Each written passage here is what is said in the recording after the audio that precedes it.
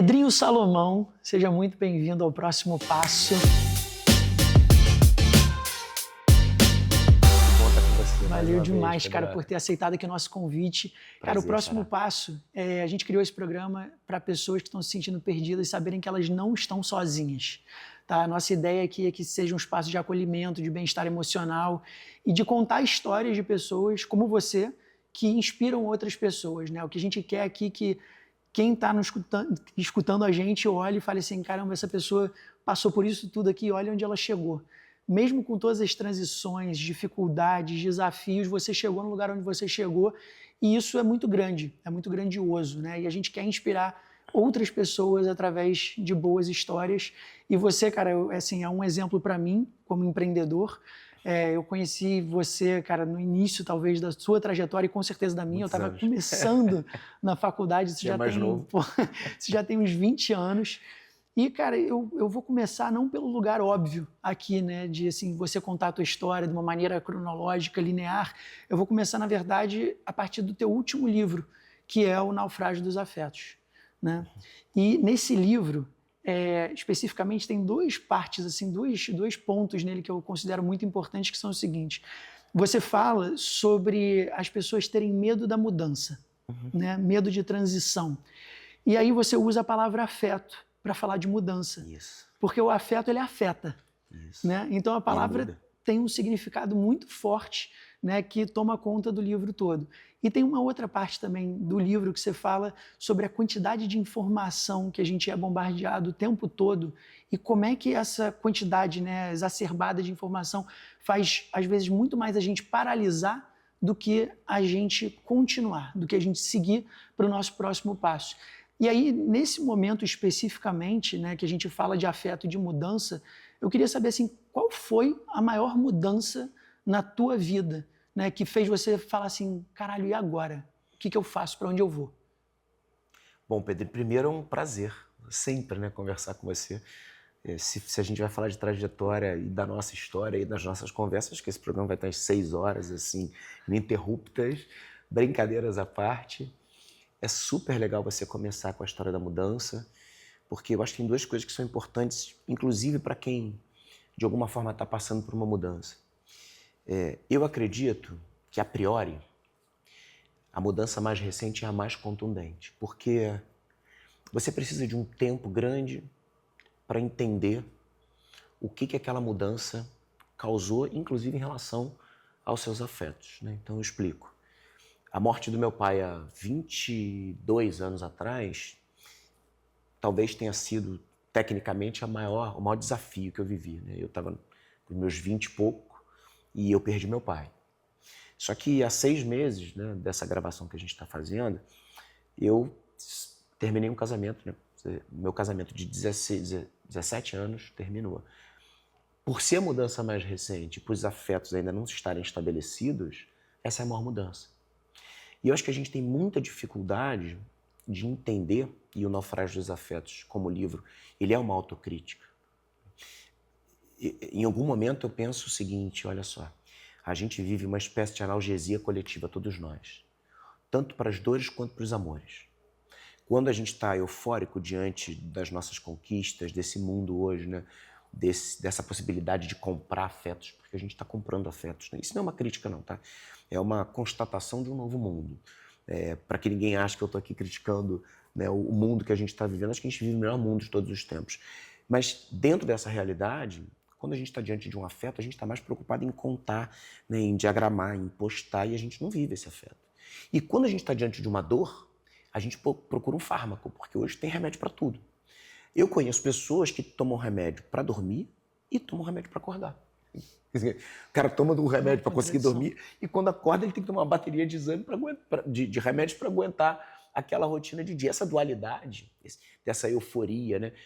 O Byung-Chul Han, que é um grande pensador, ele tem uma análise ótima. Ele, em algum momento nos livros dele, em vários livros dele, ele traz uma ideia de mudança, de que uma das principais mudanças dos tempos atuais é que a gente saiu de uma esfera onde a doença, inclusive relacionada ao trabalho e a esse desencontro de caminho, estava no negativo.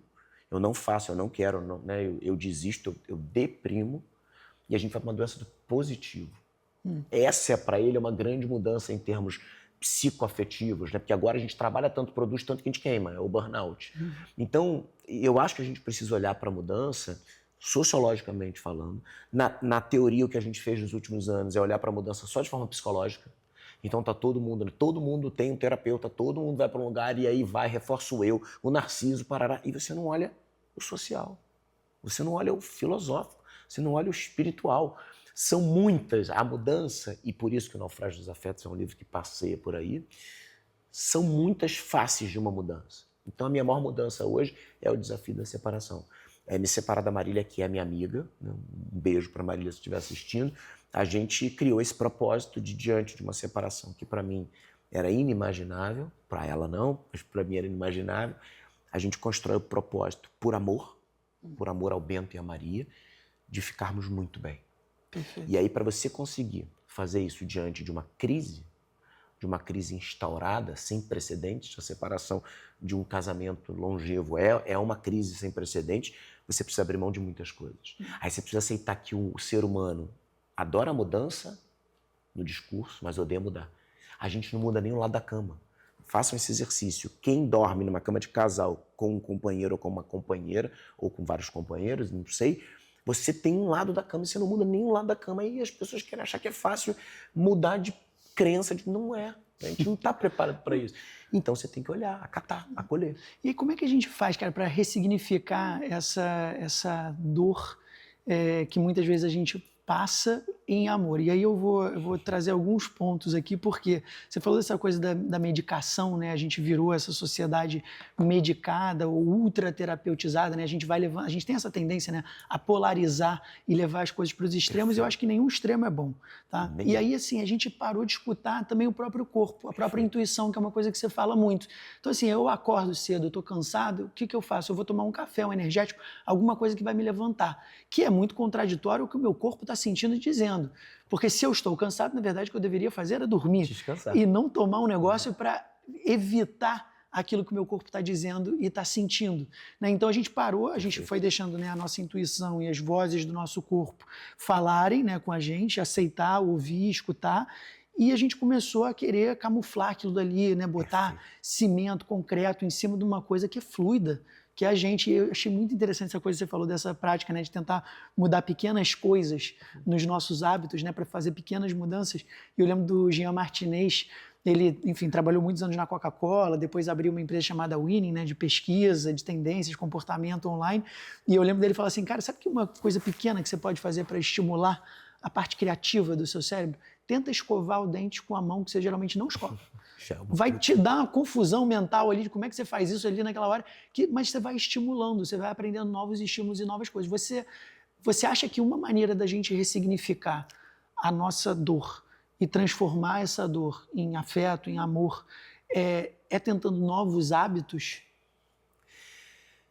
Bom, primeiro, dando um passo atrás, assim, a tua análise é perfeita, né, sobre como eu vejo a nossa lida com a dor.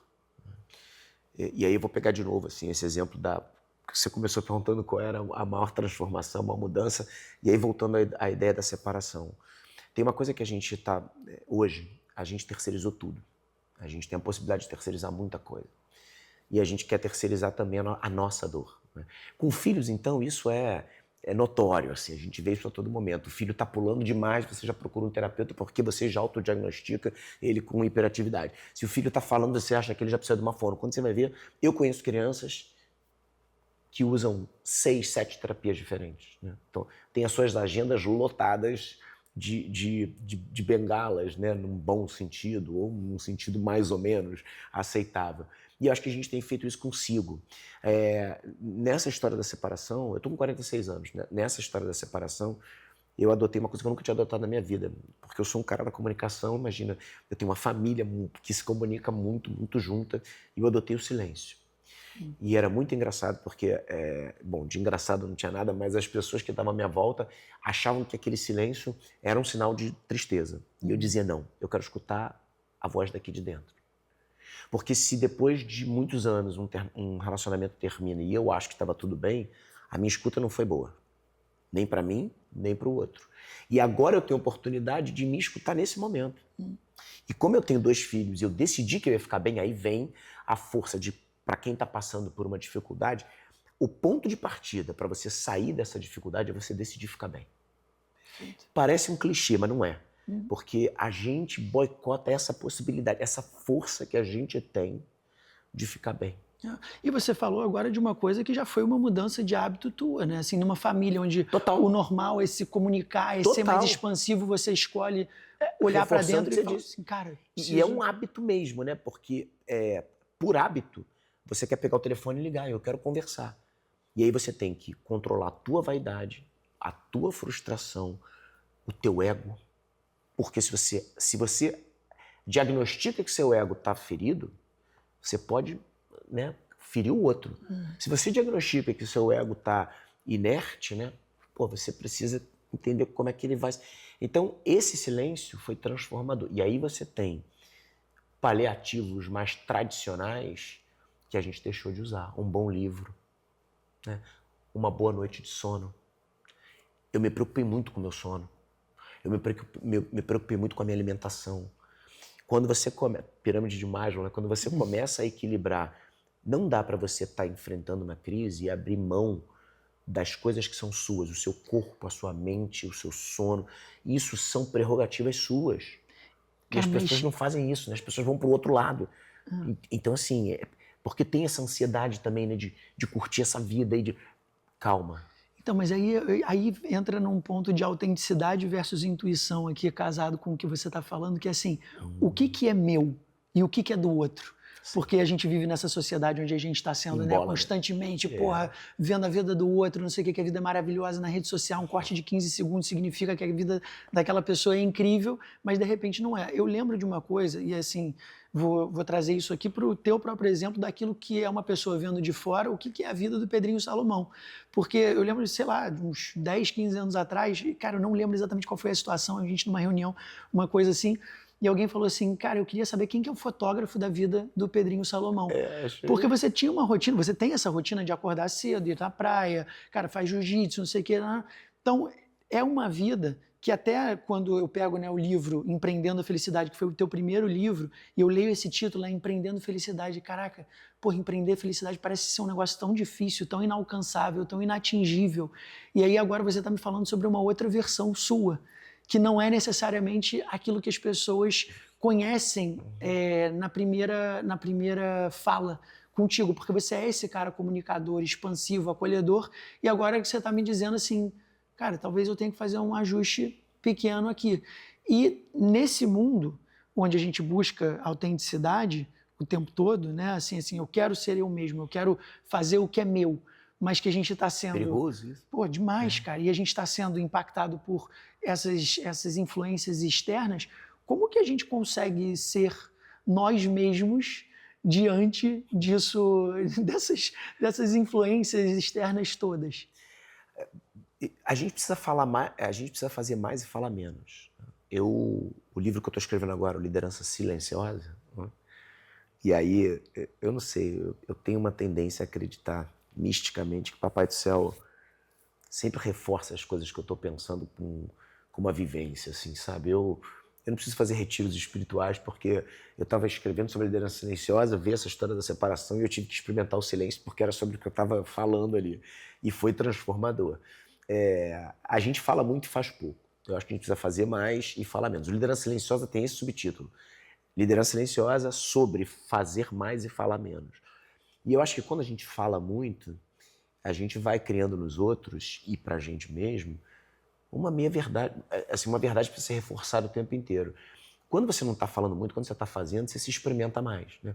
Então, se eu falo, olha, galera, eu estou me comunicando muito aqui, eu gosto de falar, vejam tudo. No dia que você não fala mais, parece que você está mentindo, parece que você está lidando com uma inverdade, parece que você está dando um passo atrás.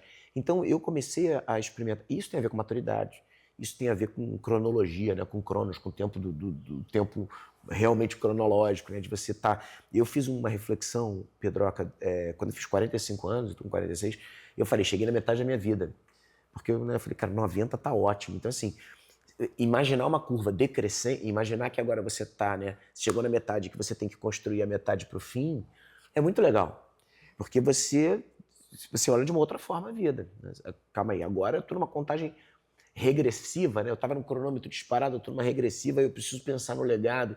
E aí você vai vendo o que está mais alinhado, por exemplo, com a tua disposição física, com a tua evolução mental, né? E eu acho que a gente precisa ter isso em mente, assim, que é uma coisa que hoje eu tenho muito mais. É uma mudança. Não, perfeito. E sabe uma coisa que eu sinto, assim, ouvindo você falar, isso é muito bom, até para, assim, como propósito, né, do que a gente quer passar para as pessoas aqui, porque é o seguinte, você aos 46 anos de idade está olhando para si mesmo e falando assim, cara, eu posso e devo fazer ajustes, né? Eu tenho que fazer. Tenho que fazer Eu ajustes. Tenho que fazer. Para continuar falando com os meus filhos, para continuar falando com as gerações. Quer ver uma coisa muito louca? Você acabou de fazer uma análise quando a gente começou aqui, né? A gente tem uma geração de diferença, assim, fronteiriça, né? E você sempre foi, eu já te falei isso, você sempre foi um expoente da sua geração. Para quem eu escrevi, o Líderes, né? Para quem me abriu para o campo do pensamento. Eu tive a sorte de ter uma geração abaixo, mas muito próxima, que praticamente se misturava e pude estudar essa geração. A minha zona de conforto e a minha aversão, como a de todo mundo à mudança, me faria achar que aquele diagnóstico estava bom. Só que a geração do meu filho precisa de um novo olhar. Se eu não mudar, eu não vou conseguir olhar. Talvez se eu tiver as prerrogativas que eu tive. E eu acho que isso vale para quem está passando, né? O nosso público aqui agora, que está passando por uma dificuldade e que tá procurando e que não quer se sentir sozinho, né? Você precisa aceitar a sua mudança. Antes de você criticar a mudança do mundo, a gente nunca viveu no mundo numa transformação tão acelerada. Isso é histórico, isso é um recorte histórico. E essa aceleração da mudança do mundo, o Hartmut Rosa, que é um grande autor contemporâneo, ele tem um livro que se chama Aceleração e Alienação. Tenho quase certeza que o título é esse. E ele fala, ele prova, ao contrário de mim no Valor Presente, por isso que é bom ler pessoas mais inteligentes e mais preparadas intelectualmente. Ele fala, não, o mundo se acelerou, sim. A gente vive uma aceleração. E ele diz que, inclusive, essa aceleração causa desaceleração. Então, a gente acelerou o mundo tanto, a gente tem carros mais rápidos, que a gente para no trânsito.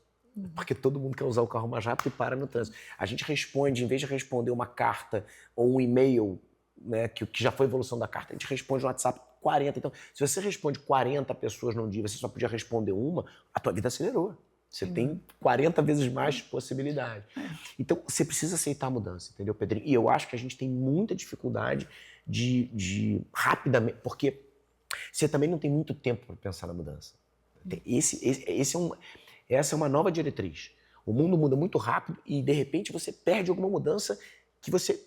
Para você realizar... Vou explicar melhor. Para você aceitar uma mudança definitiva, talvez você tenha um percurso que você nem viu, porque você não estava preparado. Uma nova tecnologia. Eu vou dar um exemplo que me vem à cabeça aqui. Surgiu o Snapchat. Teve gente que nem se adaptou ao Snapchat. Aí veio o Instagram.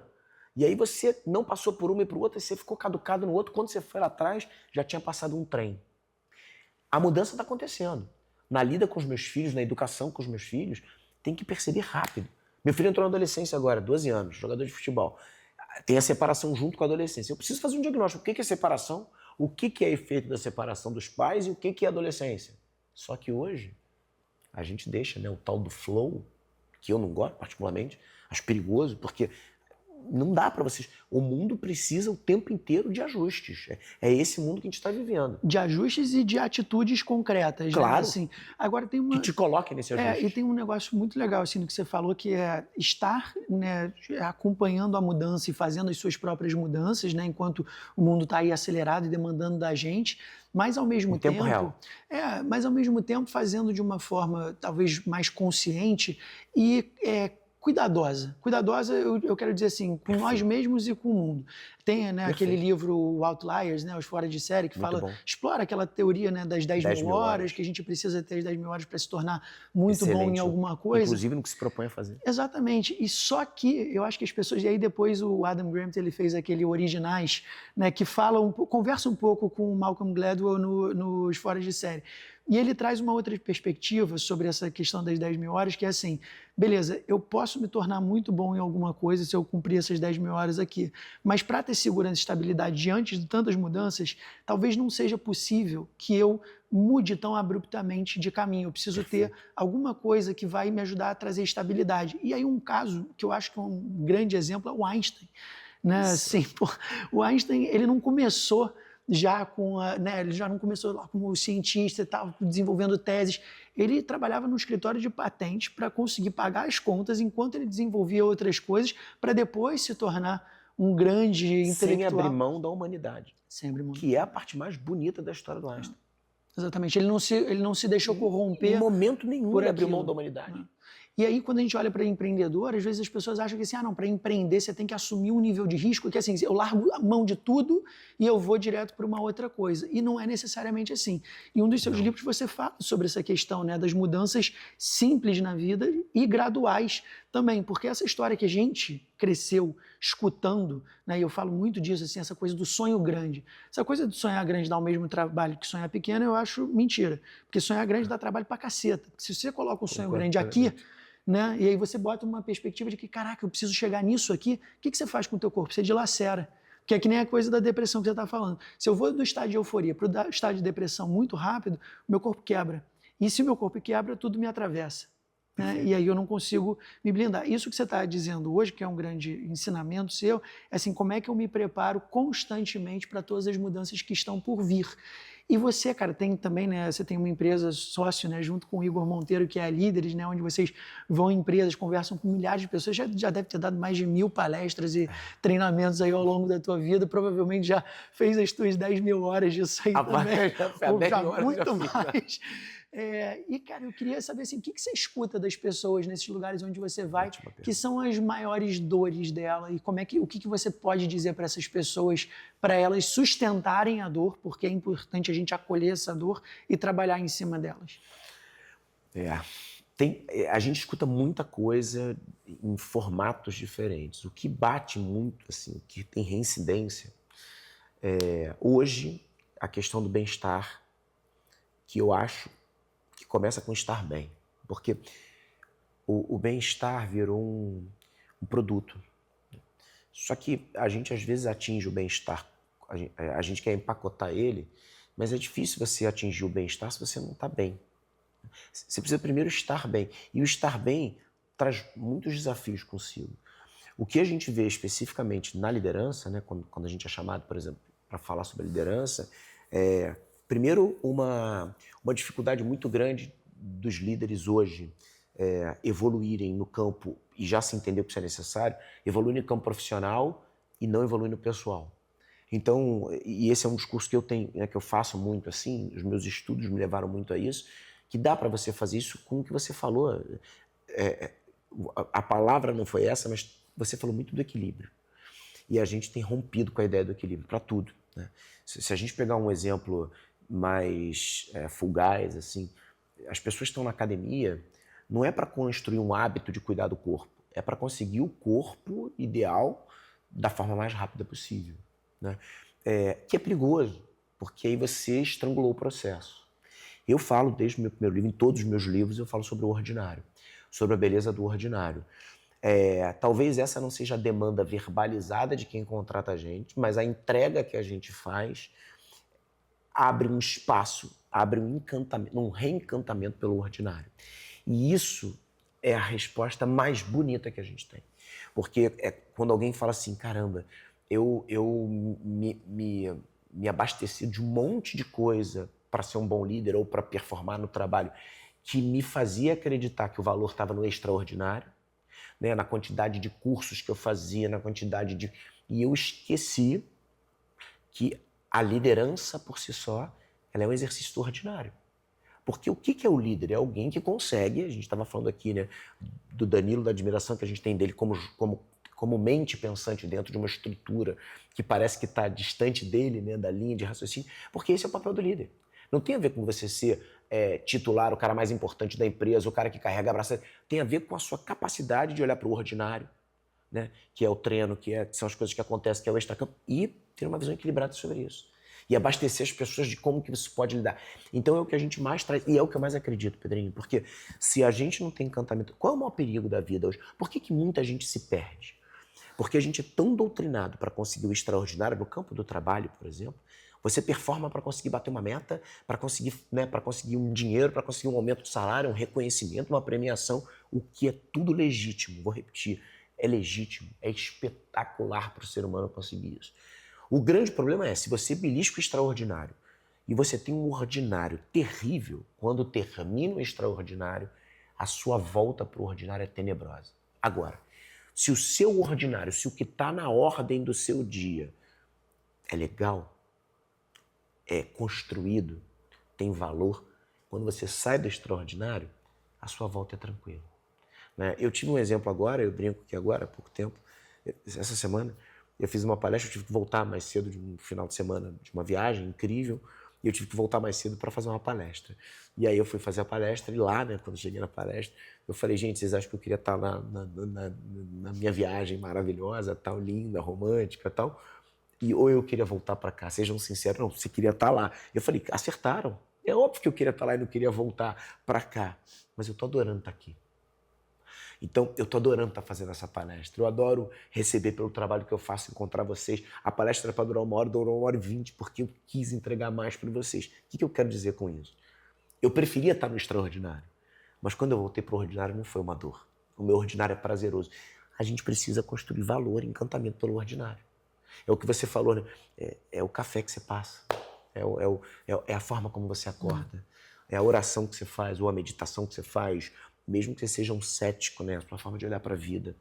E você falou de uma coisa, cara, que acontece muito nas empresas, e eu queria pegar nesse ponto, porque durante muitos anos eu lembro de avaliações, né, 360 que as empresas faziam e diziam assim, ah não, porque fulaninho não sabe separar o pessoal do profissional. Cara, como que separa o pessoal do profissional? Existe esse troço? Não, não existe, né? Não, e se você tenta separar, você se desumanizou. A liderança cordial, que é a que usa o coração, é justamente aquela que permite que o ser humano que habita em você participe do seu modelo de liderança.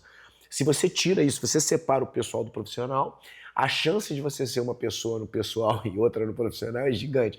E aí, essa correlação, ela traz angústia, ela traz sofrimento, né? Porque você, para performar, você tá... Ontem eu estava vendo um filme com os meus filhos em casa, né? Do Hassum, que é muito bom, O Candidato Honesto, não sei se você já viu esse filme. E é muito divertido, né? Porque tem uma mensagem linda, né? Mas tem uma hora que o filho fala pro pai, né? Você me ensinou a não gostar do político, ele é um candidato e tal. Agora não adianta você falar que vai mudar, porque eu já aprendi. É um pouco dessa dualidade, né? Porque aí você chega em casa e você quer dizer que você é um humano bacana, você faz meditação, né? E aí você virou na esquina e você trata mal a pessoa porque você vestiu a carapuça do trabalho e o trabalho te conecta com entrega, com processo, com falta de tempo. Não valor de nada. Chegar no fim da vida, você tá... Isso, volta para aquela coisa da autenticidade, né? Se eu sou uma pessoa no trabalho que eu sou totalmente diferente em casa, então tem alguma...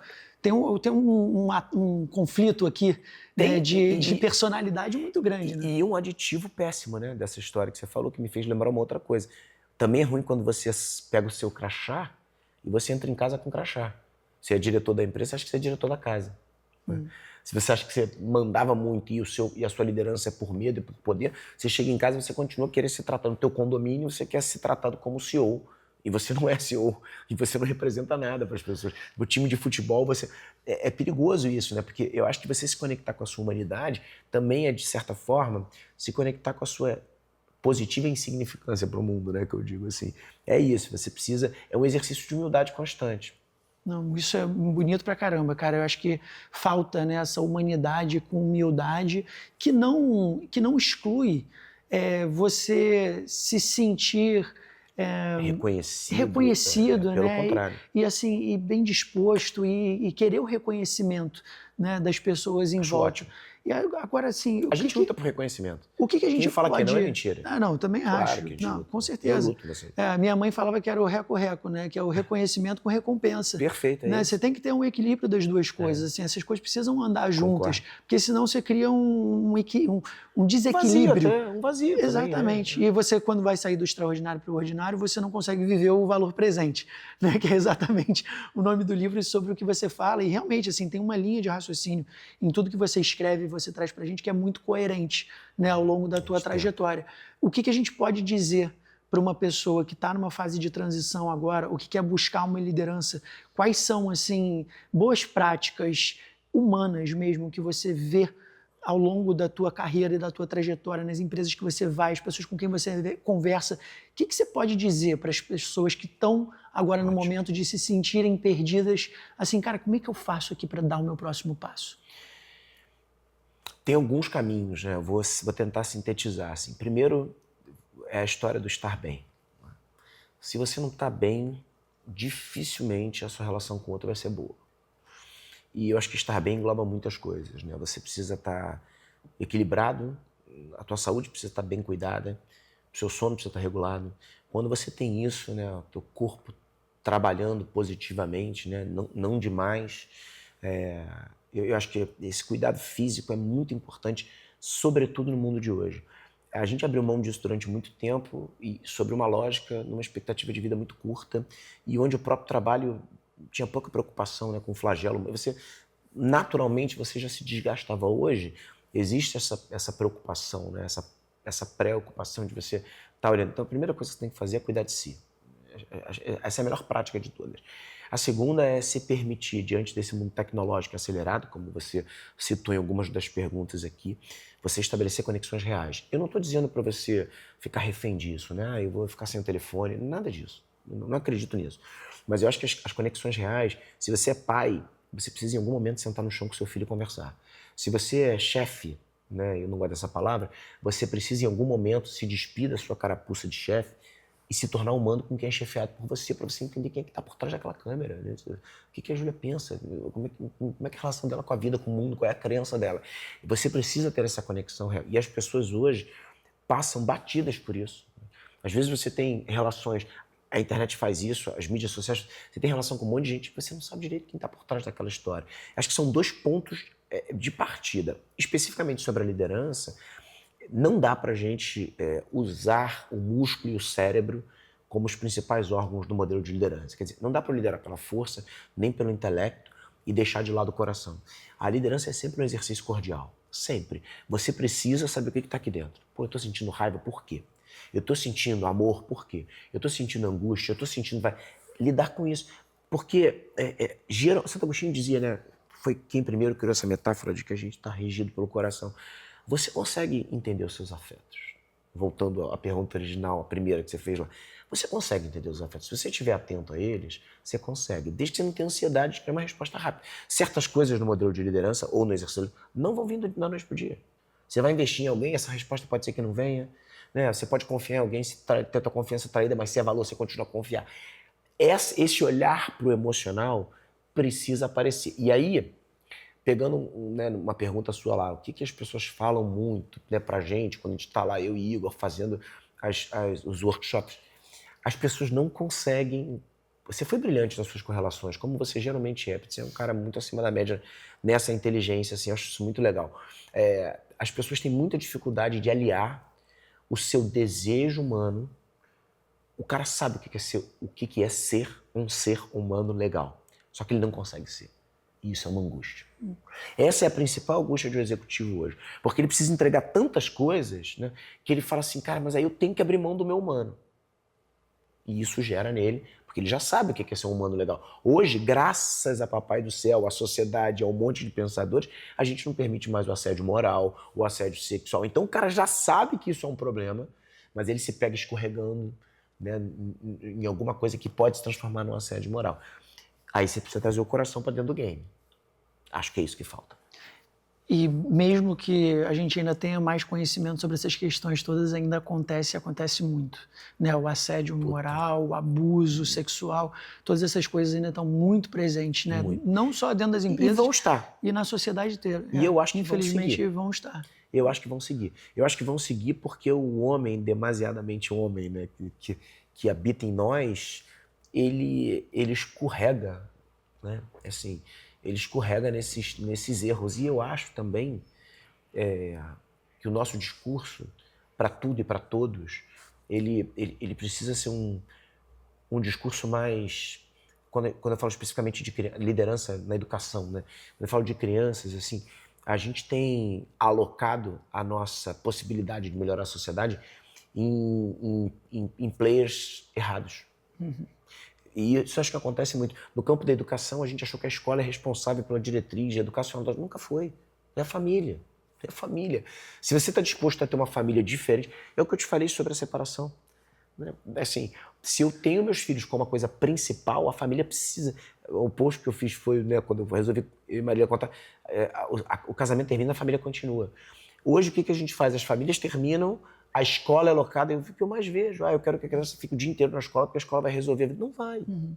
Eu queria voltar no que você falou das lideranças humanas, né? Assim, por que você falou assim, as pessoas são seres humanos e elas podem ser boas. O que faz um ser humano, né?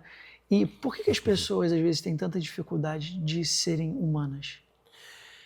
Porque a gente foi construindo, ao longo dos últimos 40 anos, na pós-modernidade, uma visão exacerbada de que a conveniência e a tecnologia resolveriam todos os problemas para nós, humanos, sermos mais felizes, né? Tô botando felicidade agora num termo pejorativo.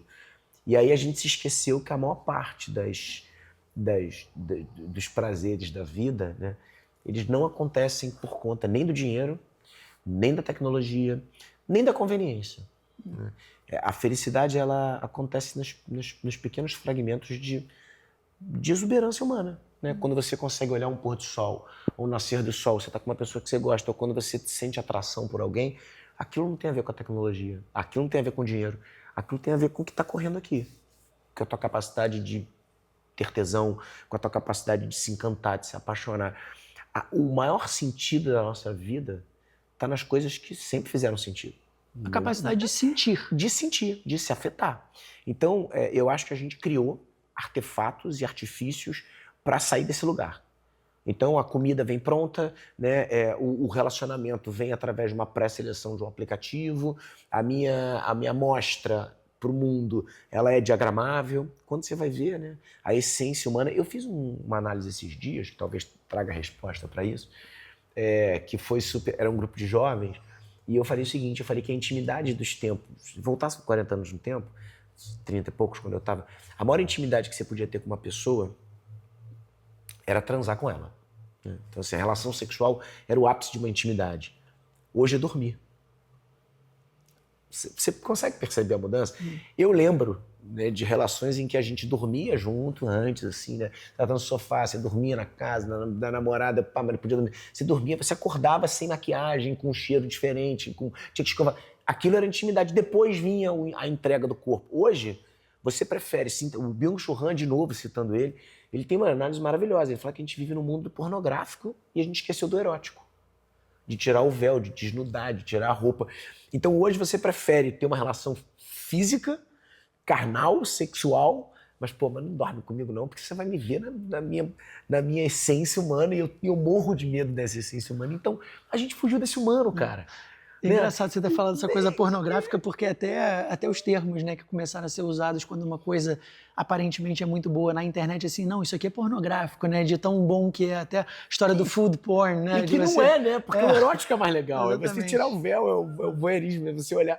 Então, eu acho que a gente se perdeu na pós-modernidade, como o Bauman foi o primeiro... foi o cara que sociologicamente diagnosticou isso, né? Dizendo, olha, esse mundo líquido em que as coisas perdem, a gente precisa recuperar a forma das coisas. Você acha que através da comunicação a gente consegue fazer isso? Porque sem dúvida. Eu entendo que a comunicação, a gente falava disso, né, há algum tempo atrás, que a comunicação né, e no Sapiens isso está muito bem descrito, né? No Nexus também. No Nexus também é o nosso maior diferencial, né, enquanto espécie, para poder verbalizar e construir determinadas lógicas e raciocínios que vão ajudar a gente a construir. Claro que a gente usa a comunicação muito mais para destruir do que para construir, porque destruir é mais fácil. É mole. Né? A gente pega essa casa aqui, eu taco fogo nela, destruo nela em alguns minutos. Mas para construir ela vai demorar alguns anos ou alguns meses, com certeza. E aí eu lembro, cara, você fez uma palestra. Puta, isso já tem muitos anos, mas você estava falando sobre a importância de alinhamento de expectativa e comunicação com os seus sócios. Na época, ainda a Rádio Bisa estava assim, nos primeiros anos de vida, eu vou chutar que isso daí devia ser 2010, 2011 mais ou menos. Isso né? é bom de dar. Vocês deviam estar ali mais ou menos ali na primeira década de Rádio Bisa, e eu lembro de você falar isso numa feira de empreendedorismo da PUC. E você dizia assim, cara, para eu ter uma boa relação com o meu sócio, eu preciso que a comunicação, a transparência e o alinhamento de expectativas venham em primeiro lugar. E você usou um exemplo muito simples, que era assim, cara, se eu tenho um sócio que trabalha comigo, acorda e dorme todo dia, né, comigo, eu preciso saber assim, qual que é a expectativa dele em relação ao que esse negócio vai se tornar para a gente ter uma boa sociedade. E você deu um exemplo assim, do tipo, cara, se ele quiser ganhar muito dinheiro para comprar uma casa em Angra, para ter um helicóptero, está muito desalinhado comigo. Você lembra Porque disso? eu lembro, com todas as palavras. E você falou assim, cara, se ele quer isso, não dá para a gente ter uma boa sociedade, porque a gente está desalinhado. Agora, comunicar também gera uma dúvida, né? E uma dor, né? Que é assim, putz, mas se eu falar isso aqui, talvez eu incomode a outra pessoa. E aí a gente não fala. Sim. E aí o silêncio ele cria muro, né? Cria barreira.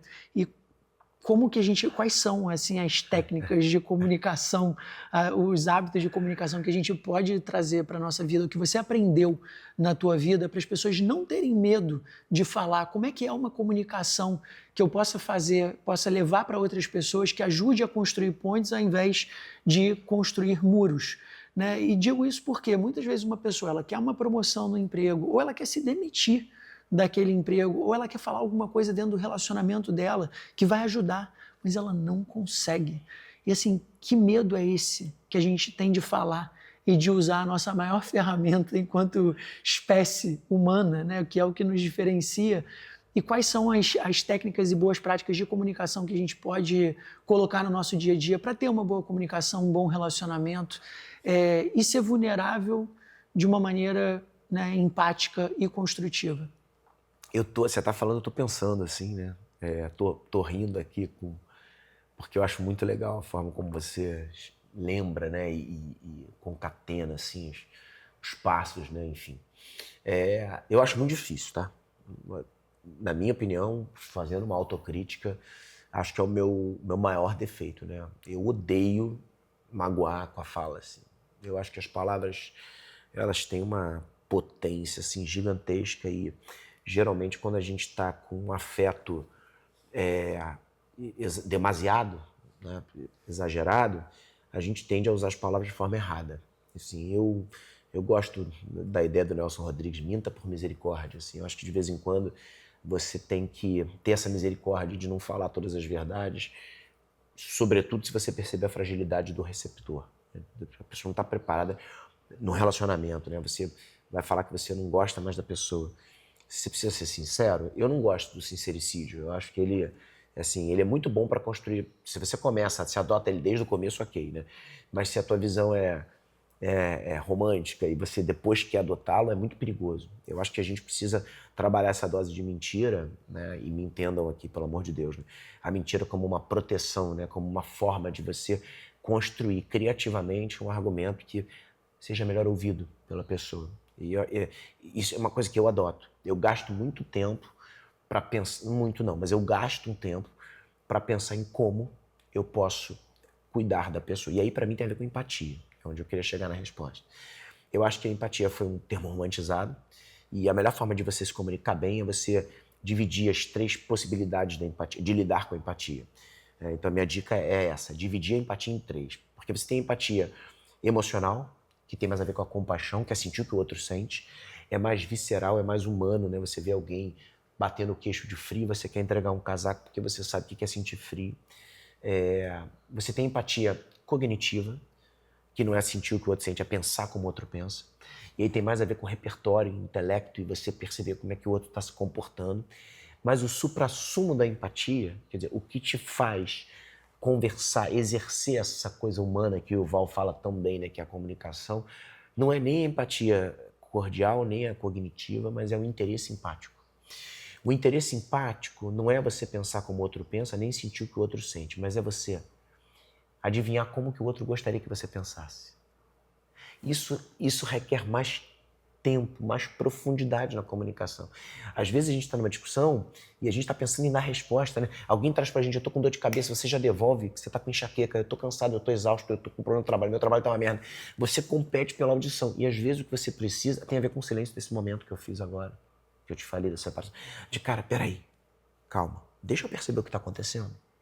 Deixa eu perceber como que eu posso falar com o outro, mesmo que naquele momento eu tenho que engolir um sapo, que ele tenha que ele tá vindo agressivo, mas peraí, deixa eu entender por que tá dessa forma. Deixa eu construir um tempo de gestão para aquela pessoa. Isso tudo é paciência, isso tudo tem a ver com tempo.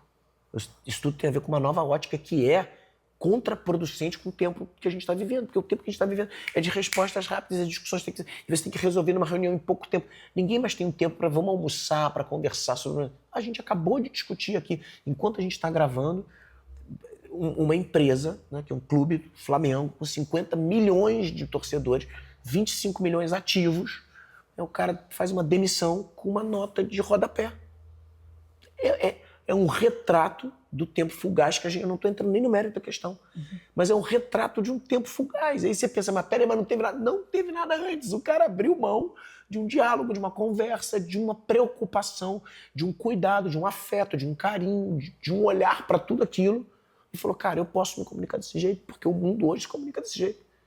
E está resolvido. Se sentiu autorizado para isso? Autorizado, ele se autoproclamou no direito sobre a chancela do cargo, confundindo cargo com liderança, né?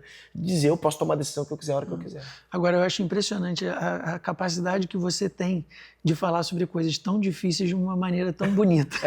Porque parece que fica mais fácil e mais leve da gente nada leve entender. nesse caso, né? Não, pra tem quem nada é flamenguista, então... não estou nem falando do ponto do Flamengo, falando mais do ponto da empatia, parece, porque... Cara, isso é assim, eu acho que a gente tem uma dificuldade tremenda, cara, com tudo isso que você falou.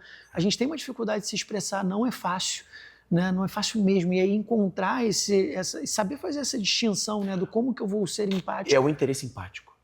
Esse interesse... E outra coisa, é libertador, Pedro. Quando você consegue, diante de uma relação, porque geralmente isso acontece na crise, né? Você consegue perceber, peraí, tá bom, eu tô entendendo o que ele tá pensando, eu tô entendendo o que ele tá sentindo, mas como é que ele gostaria que eu pensasse nesse momento? Isso é se despir, né? Da vaidade, inclusive.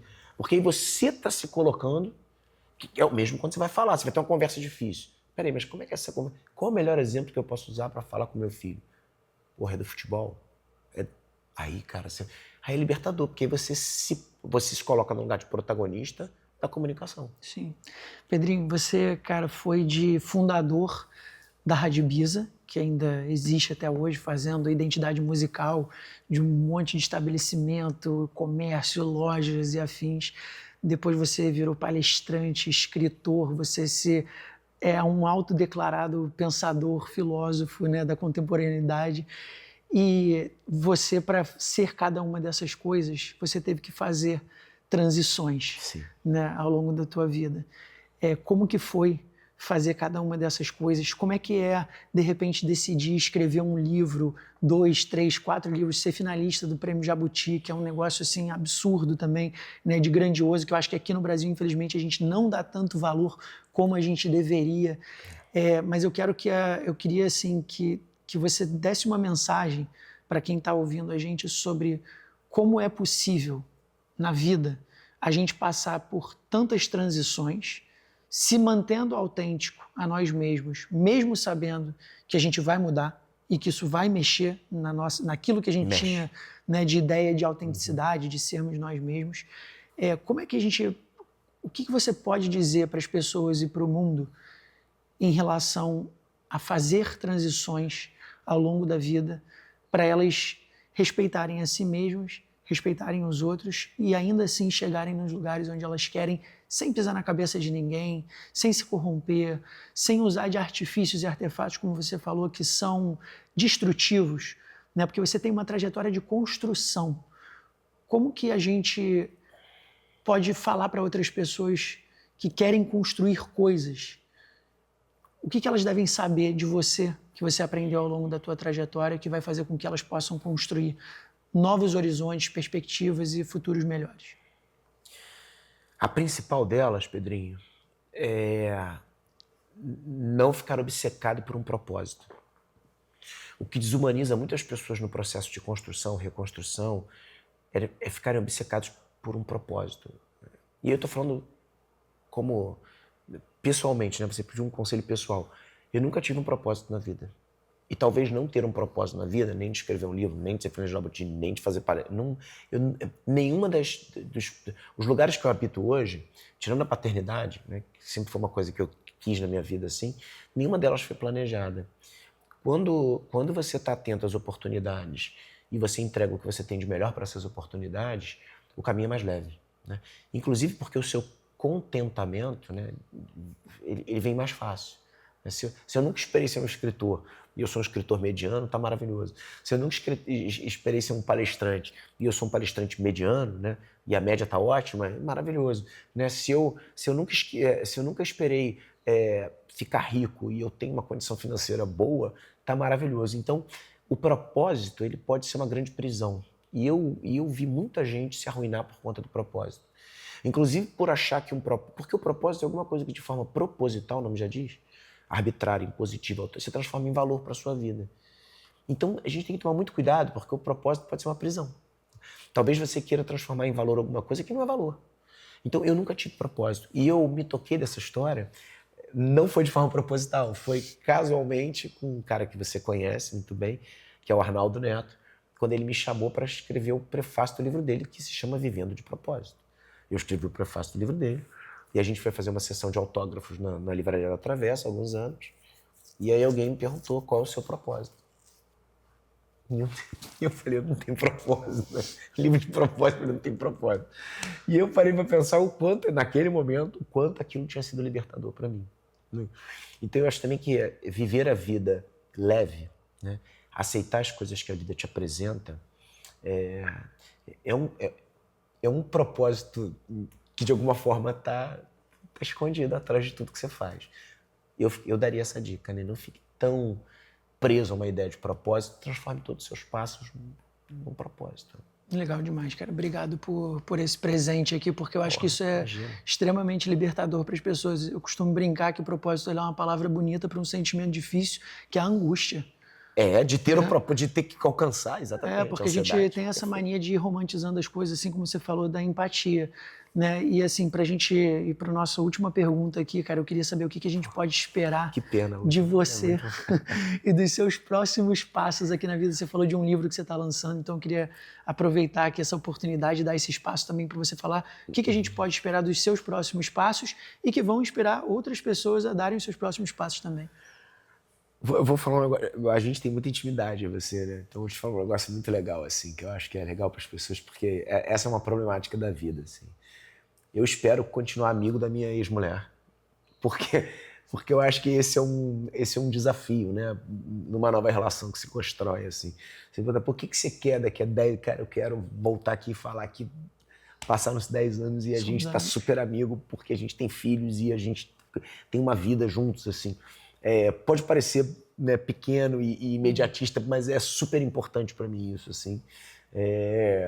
E a outra é que o Liderança Silenciosa, que é o livro que eu vou lançar agora, é de todas as meus livros são autocríticas, né, mas esse é uma autocrítica muito contundente quanto à importância do silêncio para evoluirmos, quanto à necessidade da gente se escutar. E não é no clichê não tem a ver com mindfulness, não tem a ver com uma escuta técnica, tem a ver com uma escuta filosófica, assim. O quanto que a gente pode, né, da filosofia de vida, o quanto que a gente pode, nós todos, né, nos reconstruirmos nesse mundo em mudança, assim. Então, o que as pessoas podem esperar de mim é alguém que vai continuar dedicado a pensar em simplificar a existência nesse mundo. Assim. O meu objetivo é esse, cara, é tentar simplificar o máximo possível essa nossa trajetória. Quanto mais ordinário formos e quanto mais bonito for o ordinário, mais eu vou estar satisfeito em contribuir para que isso aconteça. Perfeito, irmão. Obrigado demais. Obrigado a você. Valeu mesmo, cara.